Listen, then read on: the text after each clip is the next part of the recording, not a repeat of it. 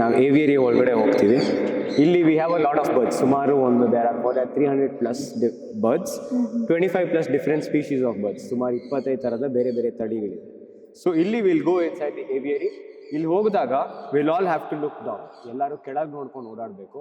Even while taking videos front ಹೋಗೋವಾಗಲೂ ಅಥವಾ ಹಿಂದೆ ಬ್ಯಾಕ್ ಸ್ಟೆಪ್ಸ್ ತೊಗೊಳ್ಳೋವಾಗಲೂ you will have to see what is down.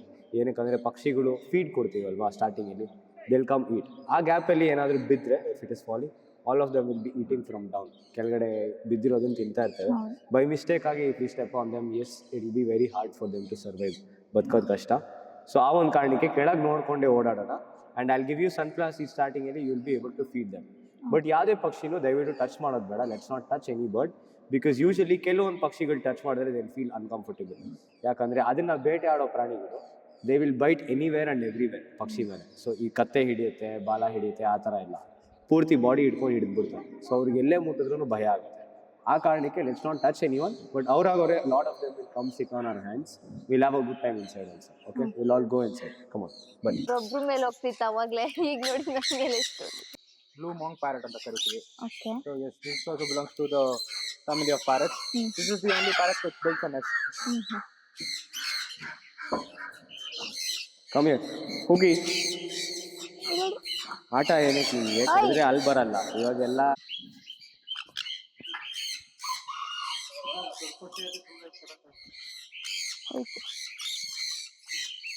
So the blue and gold macaw. ಹೌದು. Blue and gold Macau ಅಂತ ಕರಿತೀವಿ ಇದನ್ನ. S, ಇದು ಕೂಡ ಅಮೆಝಾನ್ ಇಂದ ಬರುತ್ತೆ, ಬ್ರೆಜಿಲ್ ಇಂದ ಬರುತ್ತೆ. So in the wild around 5,000 ಅಷ್ಟೇ ಮಿಕ್ಕಿರೋದು. These are the endangered species. So yes, ಇದು ಕೂಡ ಒಂದು talking parrots. Okay. You can see. So in future ಅಲ್ಲಿ ಈ ತರದ ಕಮ್ಮಿನೇ ಫೋಟೋದಲ್ಲೇ ನೋಡಕ್ ಸಾಧ್ಯ ಅಂತೀರಾ? ಪ್ರಾಬಬ್ಲಿ. ಸೊ ಕ್ಯಾಪ್ಟಿವಿಟಿನಲ್ಲಿ ತುಂಬಾ ಇದೆ, ಬಟ್ ವೈಲ್ಡ್ ಅಲ್ಲಿ it is very less. Around 5,000 ಮಿಕ್ಕಿದೆ ಅಷ್ಟೇ. All of these are endangered species. Yes, ಇದು ಕೂಡ ಒಂದು ರೆಸ್ಕ್ಯೂ ನೀವು ನೋಡ್ಬೋದು. ಸೊ ಎಸ್, ಇದಕ್ಕೆ ಕೂಡ ಟೇಲ್ ಫೆದರ್ಸ್ ಎಲ್ಲ ಕಟ್ ಆಗಿತ್ತು. ಸೊ ನಾವು ಇಂಪಿಂಗ್ ಅಂತ ಒಂದು ಪ್ರೊಸೆಸ್ ಮಾಡಿ ಬೇರೆ ಟೇಲ್ ಫೆದರ್ಸ್ನ ಅಟ್ಯಾಚ್ ಮಾಡಿದ್ವಿ. But again it has removed it again. Yes, talking parrots, they do even talk sometimes.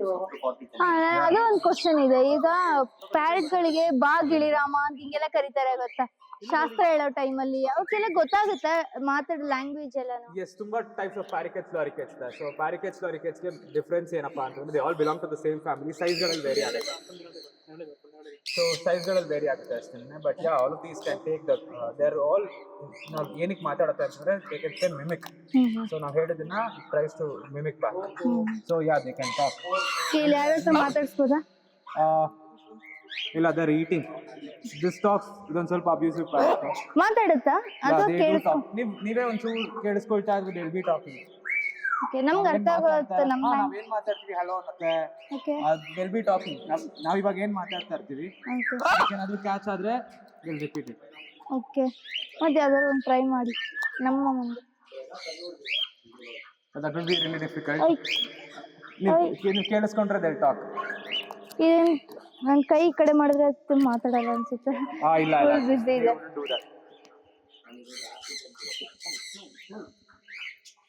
Same ಟಿವಿಯಲ್ಲೆಲ್ಲ ಫಿಲ್ಮಿಯಲ್ಲೆಲ್ಲ ನಾವು ನೋಡ್ತೀವಲ್ಲ, ಹೌದು. ಸೇಮ್ ಆ ಲ್ಯಾಂಗ್ವೇಜ್ ಅಲ್ಲಿ ಆ ತರನೇ. ನೀವ್ ಏನಾದ್ರೂ ಹೇಳಿದ್ರೆ ಅದು ಮಾತಾಡತ್ತೆ, ಅಂದ್ರೆ ರಿಪೀಟ್ ಮಾಡತ್ತೆ ಅಷ್ಟೇ. ಮಾತಾಡತ್ತೆ ಅಂದ್ರೆ okay, hi hello hi is eating now. It's are feeding time. So ಅಲ್ಲಿ ಕಿವಿ ಅಂದ್ರೆ ಇಲ್ಲಿರೋದಾ ಮೇಲೆ ಫ್ರಂಟ್ ಅಲ್ಲಿ ಇದೆಯಲ್ಲ? ಇಲ್ಲ, ಕಿವಿ ಮತ್ತೆ ಅದಕ್ಕೆ ಹೆಂಗ್ ಕೇಳಿಸುತ್ತೆ? They can.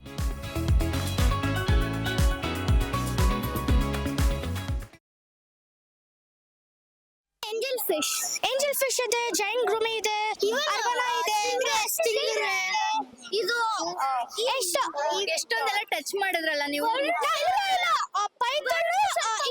ಟಚ್ ಮಾಡ್ತಾರೆ ಎಲ್ಲರೂ ಇಟ್ಕೊಂಡ್ಬಿಟ್ರೆ ಚೆನ್ನಾಗಿ ಬಂದ್ಬಿಡುತ್ತೆ ನಮ್ಮ ತಲೆ ಮೇಲೆ. ಯಾವ್ದು ತುಂಬಾ ಭಯ ಆಯ್ತು ಟಚ್ ಮಾಡಿದಾಗ?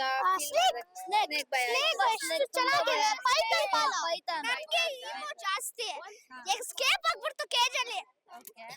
ನಂಗೆ ಎಲ್ಲರೂ ಹೆದರ್ಕೊಂಡ್ಬಿಟ್ರು. ಮತ್ತೆ ಲೋಕಲ್ಲೇ ಅವರು ಒಂದು ಟೀಚರ್ ಎಲ್ಲ ಬಂದ್ಬಿಟ್ರು, ಕರೆ ಎಲ್ಲ ಸರಿ ಮಾಡಿದ್ರು. ಅಲ್ಲಿ ಎರಡು ಎಸ್ಕೇಪ್ ಆಗಿದ್ರು, ಯಾಕೆಂದ್ರೆ ಗೇಟ್ ಇದು ಓಪನ್ ಆಗಿತ್ತು. ಎಷ್ಟು ಭಯ ಪಟ್ಬಿಟ್ವಿ, ಈಗ ಫುಲ್ ಸೈಡ್ ಅಲ್ಲಿ ಹೋಗ್ಬಿಟ್ವಿ. ಯಾರನ್ನ ಕೇಳ್ಬೇಕು.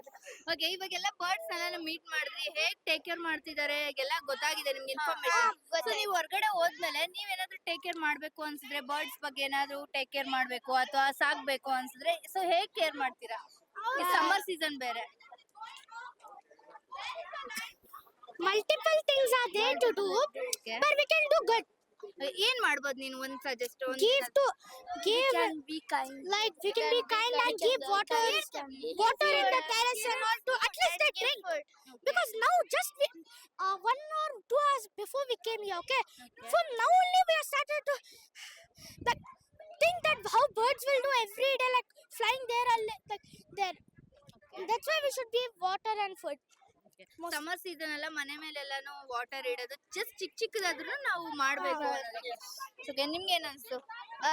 ನನಗೆ ತುಂಬಾ ಇಷ್ಟ ಆಯ್ತು. ಆಮೇಲೆ ಬರ್ಡ್ಸ್ ಎಲ್ಲ ತುಂಬಾ ನನ್ನ ಶೋಲ್ಡರ್ ಮೇಲೆ ಬಂತು, ನನ್ನ ಕೈ ಭಯ ಆಯ್ತಾ? ಇಲ್ಲ, ನನ್ಗೆ ಭಯ ಆಗಿಲ್ಲ, ತುಂಬಾ ಚೆನ್ನಾಗಿತ್ತು. ನನ್ಗೆ ತುಂಬಾ ಇಷ್ಟ ಆಯ್ತು. ಯಾವ್ದೊಂದು ಬರ್ಡ್ ನಿಂಗೆ ತುಂಬಾ ಇಷ್ಟ ಆಯ್ತು? ಆಫ್ರಿಕನ್ ಚೆನ್ನಾಗಿದೆ. ಆಫ್ರಿಕನ್